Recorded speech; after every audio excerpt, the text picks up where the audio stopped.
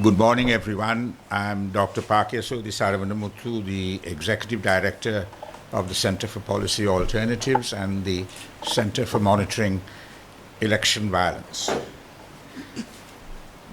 Now, I think everyone knows and would agree that one of the basic features of a formal functioning democracy is the holding of elections. Elections in any democracy are the basic mechanism for choice and change, and for people expressing their opinions about how they are being governed. Now, in Sri Lanka today, if you look at this, we have a president who is allegedly without legitimacy. We have a parliament that has lost its mandate. We do not have provincial council elections or provincial councils. And now we are faced with the situation of not having local government bodies. What this means is effectively the administration, the powers, the functions of the second and third level of government will be performed by the executive. We are talking, therefore, about a concentration of powers which flies in the face of the very spirit of devolution that we got with the 13th Amendment. And even beyond that, it flies in the face of basic democratic theory and practice with regard to democratic governance. What is the threat of these local government elections? Many people have pointed out that governments don't change at the national level as a consequence of it, that it is therefore another election which allows people to refresh the mandate of their representatives at the most basic level of government. The national government can take into account whatever the result of it, change their policies if they so desire and conclude, or carry on until a general election is called.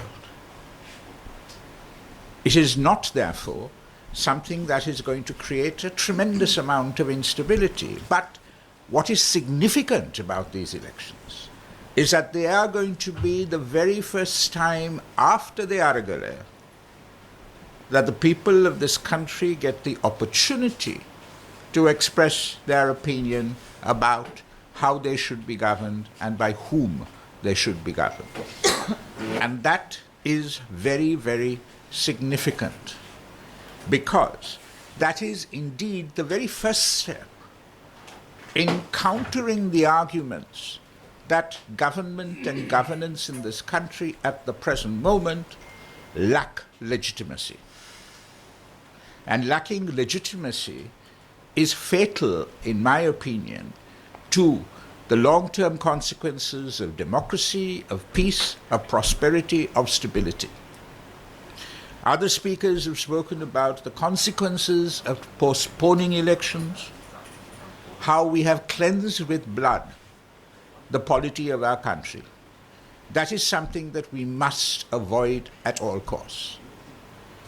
If the desires of the people are to be turned into frustration and discontent because they cannot express their opinion, it could spill out into the streets.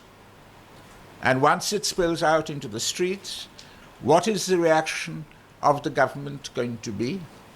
Is it to treat the situation as one of a crisis or a challenge with regard to democratic governance? Or is it to treat it as a law and order situation which has to be resolved by perhaps sending out the armed forces? We cannot contemplate, we cannot risk the consequences of that. Because IMF loan or no IMF loan, that would be a grievous blow to the body politic in terms of protecting and strengthening the democratic rights and freedoms of our people. So, we call upon the government and all the authorities involved to stop this farcical charade about not having money and all of these other excuses that they've come up with to not name the date of the election and have the election. We call upon them to have elections in Sri Lanka because this is our fundamental democratic right.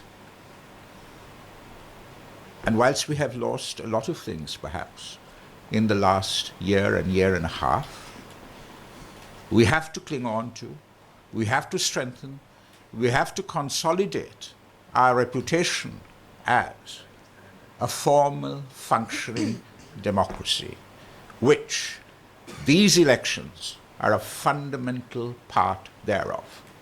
Thank you.